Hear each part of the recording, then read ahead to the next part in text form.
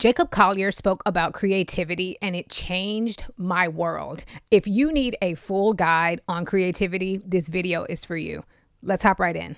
Number one, there are no rules. Allow this to free you as you start to learn. Am I ever afraid to break the rules? That's the question, right? Yeah, in different ways, as a human, in different ways. But I would say that, in music, every single rule is arbitrary. That's the first thing to say. It's all made up. You just do whatever you want at all times. Literally, I'm being serious. Every rule is arbitrary. You can do whatever you want. With that said, there are forces that create strong motion and maybe weaker motion. Weak motion is fine. If you want to do weak motion, that's fine. But what you can study and deepen your understanding of is what kind of motion, or I say motion because of harmony, but just choices in general, feel good to you. If something feels good to you, then it is literally right. That's it. It's up to you. You're the creator of the song, no one else, right? So you decide if it's good or bad. There's no such thing. There's no objectively good or bad choices in music at all. With that said, you can be very discerning about your choices based on really learning what you like. It's like the biggest thing you can ever learn is what you respond to. And that's not to say that you should only do what you like, because sometimes doing things that you don't like or you respond to in a strange way can be deeply interesting and challenging to you and others. But understanding your compass, that is the whole rule book. That's your rule book. And the only rules are, understand what you like and don't like, and then do what feels right for the thing that you're making, you know? And you can even break those if you want. But I find those two things helpful to remember. But when it comes to harmony, literally you do anything, you know, every single note works with every single other note, if you just want it to. And so there's always a way you can solve a problem. And even though this chord I would have got thrown out of school for using that, I like it. I think it sounds good. And there are reasons why, from my own study, and I say study not from teachers per se, but study of my reactions to things and how things work that I care about, I know I can justify this decision emotionally because I know that it feels resolved at the end, and that's cool. But yeah, that's the study. The study is not of trying to be good all the time or whatever. It's does that feel right? And you can ask yourself if something feels right in many areas of your life, not just music too. There are no rules, and I need my rule followers to listen close. It's not about what you're allowed to do or not allowed to do. It's about finding out what you like, and it also means figuring out how certain things make you feel. My first music experiments were not great. You know, like I didn't come out of the gate being like, you know, at all. I just did. It's like the same as anyone. You start with basic stuff. You kind of deepen the resolution of your craft until you feel like... I talk about this a lot. I'll give you like a two-minute demonstration of this idea of resolution. Because when you're a child, you sit down. This is a good exercise for learning anything, including mixing production. First thing you do when you sit down at the piano when you're a kid is you do this. Which is really important, because that is like, all the stuff is there. And now you've made a start. So now you can just whittle away the things to make them slightly higher resolution. So you realize, okay, well, sound or no sound, that's an option. Cool. Then there's high and low. No, that's option. There's more options too. There's thin and thick. There's options. Okay. So now I've like acquired a bunch of interesting tools and ideas. There's loud and quiet, you know? So that's cool. Those forces are incredibly important to understand, and it takes very little to understand them. Just takes like being willing to try something out, basically. And then, like a good example is I always think of is stride piano. You know, like, if you sit down and pretend you're a stride piano player, that is a lot of, like, that's a lot of the thing. You basically got there. Now you just need to like slightly refine. And maybe instead of, you could do, you know, so. But like you don't think much about where your hand's going. You sort of aim for things. And you know, it's not perfect, but the process of doing something and then deepening the resolution, that to me feels like how learning works for me. It really can start simple. I think sometimes in order to feel like we're making progress, we feel like it has to involve complexity, and it really doesn't. Or maybe we could argue that simplicity is the cover charge for complexity. But sometimes it's our unwillingness to explore simplicity that prevents us from making progress, not our inability to understand complex concepts. And I love this next part because it explores the relationship between learning and educational systems. And as someone with degrees, it's a fantastic reminder that degrees do not equate to paradise on the tropical island that is learning. There are so many ways to solve problems, and there is no such thing.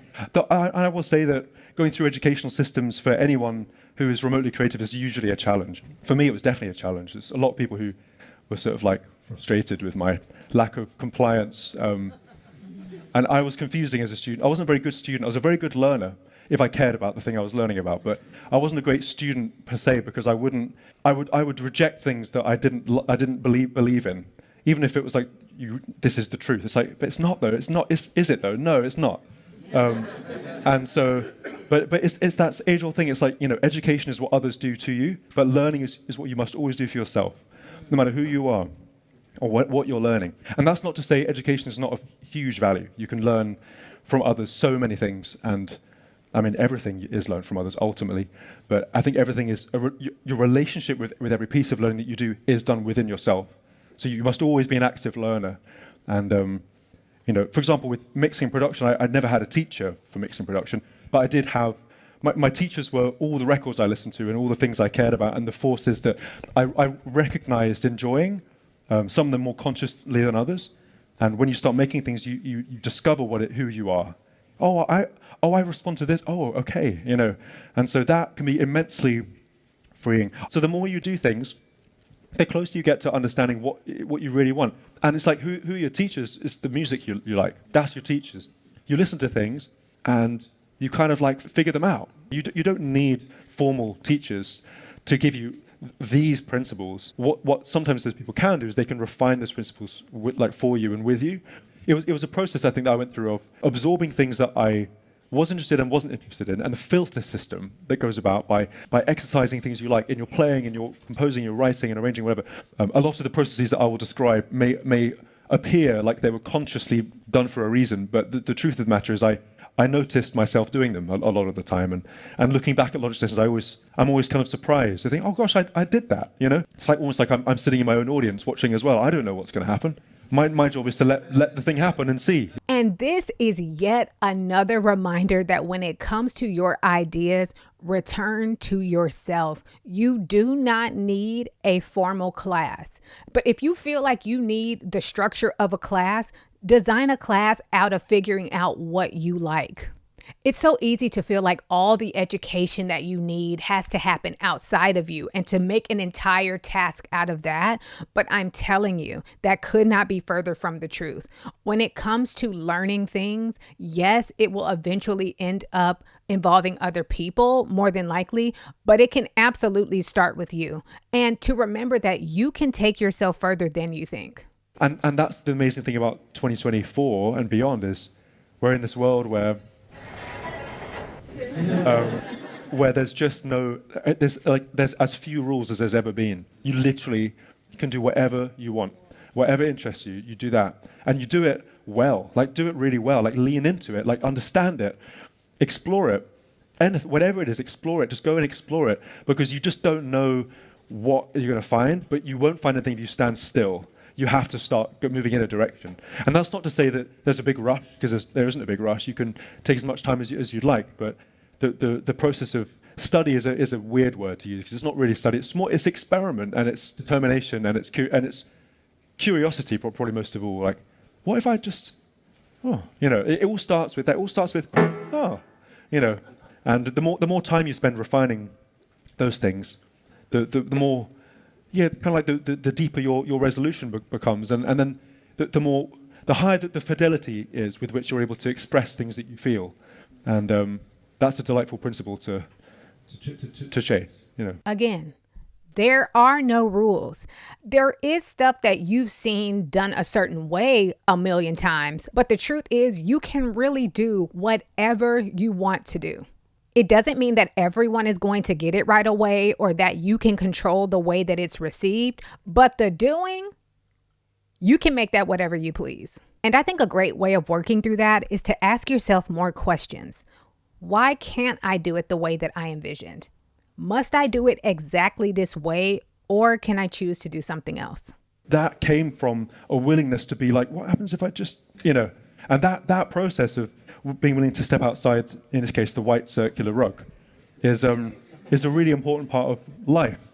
And I think I've learned so much from music in life, and sometimes I'll come up against something in life that I'm unsure or uncertain about, and then I'll remember that I've done that learning in music, and I can transpose the learning into life, So even with decisions, I get pretty like serious decision fatigue or decision, like even if it's just like, what do I order on the menu? I'm just like, be this or this, I don't know, whatever. And then I remember that if I were on stage, and and then someone's phone went, then I wouldn't hesitate in changing the chord. So I know the feeling of not being afraid to take the risk in music. Lean in real good. You do not know what is on the other side of obedience. I have seen it too many times to know. And the secret is to follow that nudge, follow the whisper of an idea that you get. Because there are so many lessons waiting for you within the creative process. And I love how he talked about using things that he learned in his creative process in his real life. And that's the thing. When you create, you change, and it changes you. I really do mean that. And I'm not saying that you have to use that creativity to sing or dance or paint, but I do think that you can use creativity in any realm of your life. Maybe you get creative about starting a movement practice. Maybe you use your creativity to find meals that fuel your body. Because I'm telling you, if you start using your courage and your creativity together, your life will change. I just gotta be honest. Who sang that? I forgot. Anyway. And if you go in the session, it's just like 11 compressors. I had no idea what I was doing, but I knew there must be a way. And sometimes I go on YouTube and be like, how to make blah blah blah blah. Yeah, a lot of my solutions I think they're rather unconventional and like probably like ill-advised. But I think, but potentially the attitude is advised, which is just believe that you can always things become possible when you start doing them. You can't wait for things to be possible before you do them. You have to just start, and it will just kind of do. If you're determined enough and trust that there's something to be found, it's like it just happens. And often you end up somewhere that you didn't think you wanted to go to, or something that was new to you, whatever. But that process is as meaningful, if not more, than getting to the place that you thought you wanted to go to. And the last 10 years of my musical life, I couldn't have planned it if I'd tried. There's no way. The audience choir, I couldn't have planned that. I couldn't have planned In My Room or the one-man show or the band tour or I Harm You or any of these things. They just kind of happen if you're just like, I'm sure there's a way I can, there must be it's like doing this, but in your life. Stop trying to plan the whole journey and just show up. And let me let you in on a little secret. Creativity is figuring it out. It is not having everything that you think you need beforehand. That is control. I know it's not easy to hear, but it's true. It's true. You figure it out. I promise you the path will appear as you take the steps, but you have to start. Okay, so now you've gathered all your tools. Now he talks about exploring your process. It's fun. I'm definitely a creature of habit. So when I find something I like, I'm just like, that will do forever. Until someone says, that's really inefficient, So Little Old Boy I've used for 6 or 7 years. Someone told me you should get sound toys, and I believed them, whoever they were. You don't always need variety.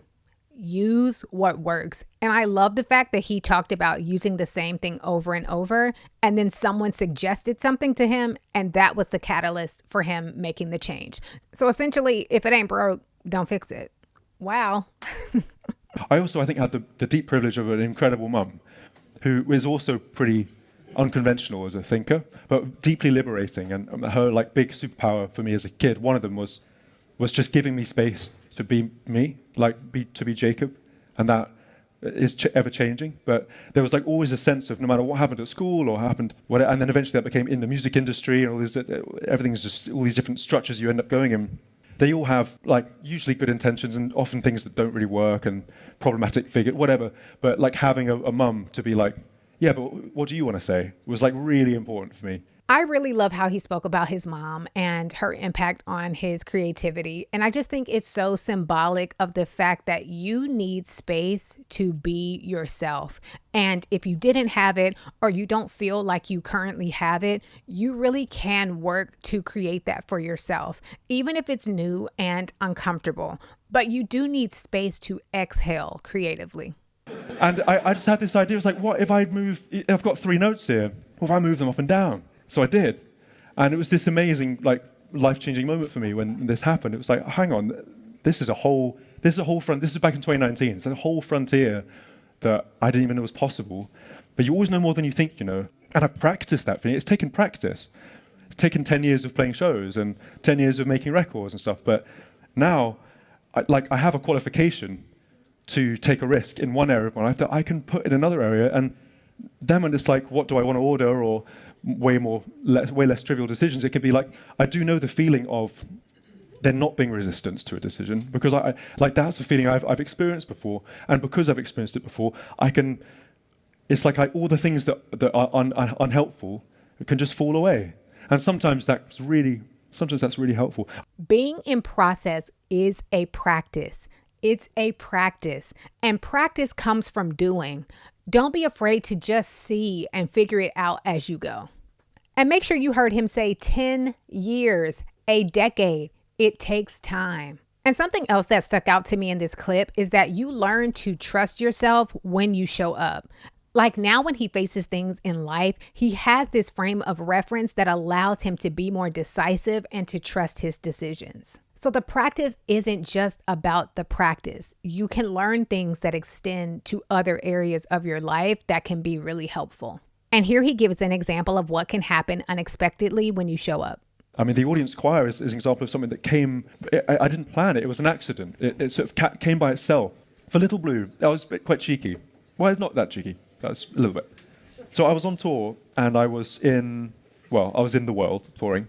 And I had this song, Little Blue, and I thought, I really want some BVs.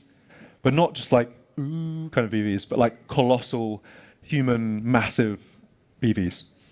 And I thought, well, I could probably do it with the audience choir, but I don't want to tell them that I've got a new song coming out yet, so I'll keep it secret. So instead, I just conducted them, with the song in my head playing. So I played the chords live, and incorporated it into something else in the show. Then I went home and I dragged it into my session. And it was great. And I then made a plugin out of audience choir voices, which some of you may have. Does anybody have that plugin? I can show it to you later. Yeah, I fashioned together like a whole bunch of cities from the tour, and it's a free plugin. It's just available for free on Native Instruments. But this was like the root of it. Did y'all hear him say that the audience choir was a mistake, unplanned? If you don't know, when he's doing his live shows, he will use the audience as an instrument. He'll say, you sing this note, you sing this note, you sing this note. And he just creates all of these beautiful chords and sounds. It's a really beautiful communal musical moment. But to think that it was a mistake, like he stumbled upon the audience choir. And y'all, that's the thing. One of the reasons we need to show up is that there is something amazing that we cannot plan that will only reveal itself in process. And I think the cherry on top is that it allowed him to create the plugin, something that his listeners can now use. And that grew from the soil of process and his relationship with his listeners. I don't know. It just feels like the complete creative cycle to me. And I just think that's really beautiful. And with that said, even in everything he said about the creative process and learning, he ties all of it to trusting yourself and trusting your intuition. Again, it's like trust your friend, trust your gut, and be like, does this feel like itself? Would making it better make it more like itself? If not, then it's itself enough. You don't have to keep on making it better. Better's made up anyway. Do you know what I mean? He said, you want to make it better, but why? The anchor has to be there. And the anchor has to be more than perfection. It has to be. It has to be. If I didn't have to finish music, it would ultimately never be finished, because you can continuously tweak things forever and ever. Amen. It's just like, oh, is that reverb was probably 1.2 dB too loud. Oh, what if that's slightly out of tune? Oh, there's a threshold that you pass, and once you pass it, things get worse. Even though they're getting better, they're getting worse. Then there's this funny thing where it's like the thing of people aren't actually moved by competence at all. Competence is one of the least moving things in the world. You're moved by something being resonant and clear. And there's an amount of kind of, you can say, competence that's necessary to get something to be clear. And then there's an amount of like superfluous competence, which is just like, whittling away all the life in it. People are not moved by competence. I don't make the rules. I don't make the rules. We want to show how perfect we are, how perfect we sound, how perfect we show up in our work. But that line between perfect and sterile is dangerously thin. And that lesson hit me especially hard because I learned that lesson while I was recording my EP. I knew how I wanted every single line to sound. And you do take after take. And then finally, when I would get to the take that I felt like, got it, I hit the goal of the line, we would listen back and it's just like, that doesn't really have the life in it that some of these messier takes have. So it just goes to show, perfect, you think it's the aim, but it's really not. It just goes to show, trust the meaning of why you're making what you're making over the methods and techniques that you use trying to get to perfection. Also, let's insert a very short essay here about collapsing time. That's where if you're floating around on a project and you want to give it 6 months, give it 3. Give yourself a projected date. Take the idea out of the hypothetical and put it on the ground. It'll change the game. Now listen to him talk about the power of being yourself. And you can sense when something is willing to be itself and not change. And to me, some of my favorite music in the world is that. It's so itself and was unwilling to change. And I'm always just so relieved when I listen to that music. Thank you for not changing, for just being, even if I don't like it, it's like, gosh, that's weird, but thank goodness that exists, And it's not just trying to bend into being something that's similar to it or something that's more appropriate with it, because nothing's going to move forward if you only make those things. So that granted me a lot of courage to remember the value in stating things as you see them, not as other people want you to see them. No one has that right to say, don't see it the way you see it. You already see it the way you see it, so just explain that. And a lot of these tools that I'm explaining are kind of manifestations of my own personal journey to that, to uncovering what it is that interests me and that delights me and that surprises me, and then embedding those things within songs and then sharing them. And then those forces, however many of those forces end up being received, and there's a whole number of reasons why some forces may or may not be received by anyone. That's outside my control. But what's within my control are the forces at play within the process. Some of them are within my control.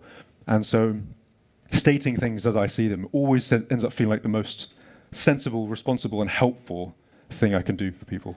I think it's so interesting when it comes to Jacob Collier, from his music to his style, there's something so experimental and whimsical about it all. But I love that he seems to have this anchor of groundedness and emotional intelligence. And it's such a reminder that no matter what you want to make, whether it's playful, hardcore, experimental, serious, that having that anchor of knowing yourself is essential. And knowing yourself can only come from being in relationship with yourself, like intentional observation. Like you could take a whole day and just take note of what made you feel good. Or if you're in a rough season, just taking note of what made you feel a little bit better. And stuff like that is simple and immediately available to you. Okay, I love this next part because he offers a little reassurance for the people who are just trying to figure it out. And sometimes, you really dig for hours and then it's worth it because you find like the ultimate sound. But usually something that's approximately the thing you want to get to is, again, it's sometimes more interesting than exactly the right sound. It's kind of go back to what I was saying to you. It's like the best possible option is not necessarily the most interesting. So you have to control yourself at times to be like, it's fine. Leave it alone. It's like Jacob slaps his own hand sort of vibe. And your greatest ally there is not how much information you know or how qualified you are. It's your friend. It's your, and that muscle is very, very worth building up. And you need no qualifications to begin listening to that voice. And some of the most qualified people make the least interesting stuff. It's just as simple as that. Yes. And some of the least qualified, skilled people have the most interesting stories to tell.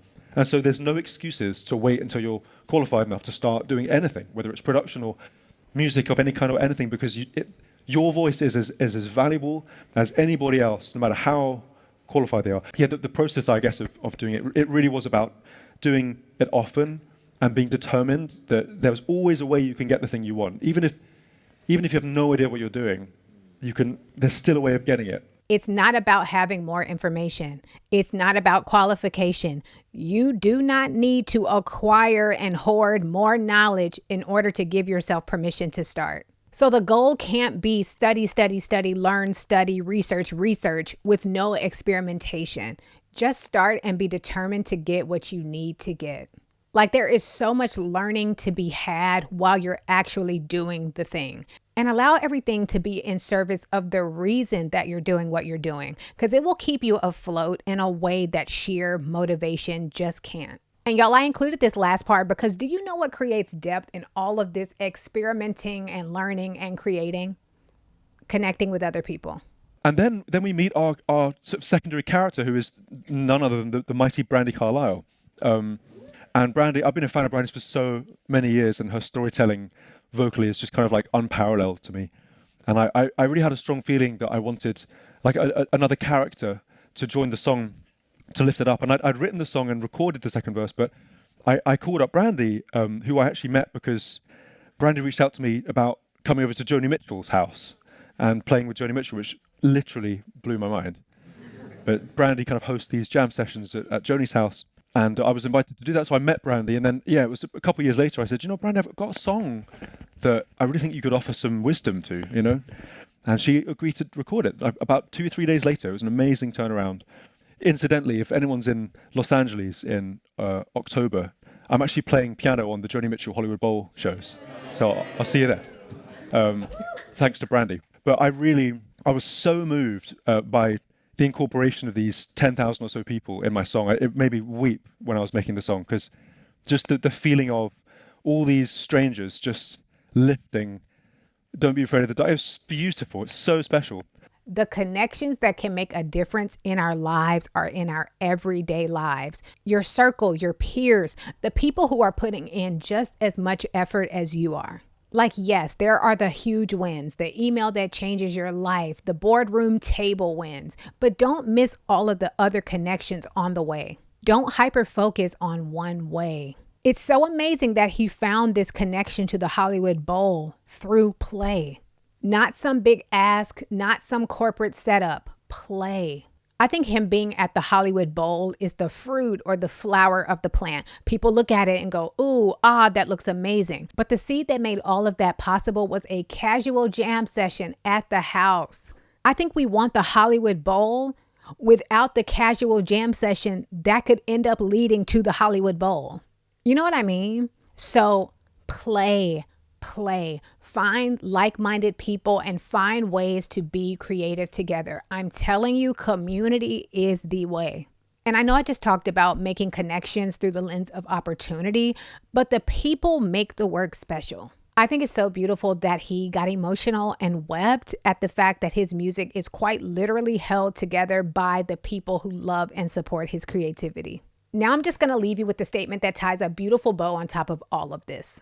It's almost like this is like as a songwriting point. This is like it's a mantra, isn't it? It's like something that you speak to yourself, or that is spoken to you by a great comforter, And so this idea of don't be afraid of the dark. You're going to find your way to carry the weight on your shoulders. You're going to find a way home, and so it's almost like this other character. It's almost like an otherworldly character, which is also inherently kind of you, because you do know your way, but sometimes you have to be reminded. So that was a bit of the sort of like emotional state that I was going for here, or noticed I was going for in retrospect. I think because his music is so experimental, there's almost an infinite quality to it. Like, you almost assume that his creative output could just go on and on and on. But he is saying that even he needs the reminder. He gets stuck, so it's like no one is immune to the creative process. And it makes me sick to think that we have so much suffering as creative people because we fall into the trap of thinking that we are going through something and fighting through something that is absolutely unique to us when it's not. You're not the only person to get stuck. You're not the only person who needs to be reminded of why they started. You're not the only person who needs encouragement on the journey. It's just so important to remember that in every move that you make, you have support, even if that support seems to just be you for a season. And your faith and belief in what you're making is never pointless, ever. Maybe it's carried by your vision, your audience, your faith and belief in yourself, but it's carried nonetheless. But that's it. Love y'all. I will lay me down. Lay me down.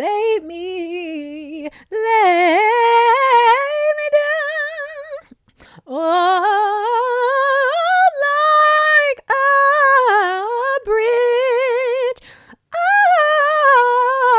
over. Woo! Go off, Tori.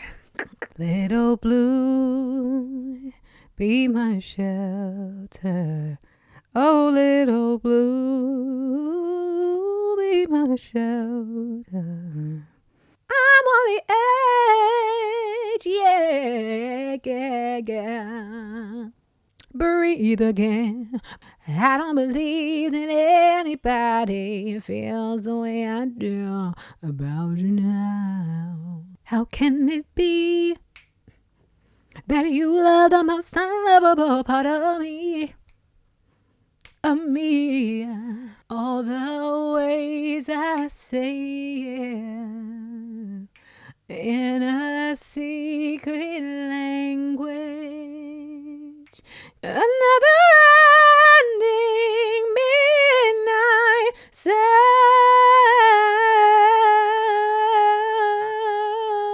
Funny how I find myself.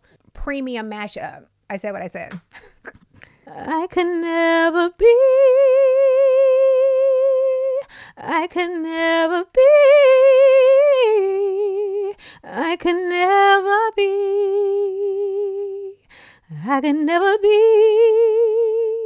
sorry for love. Sing, Celine. And I feel like I just got home and I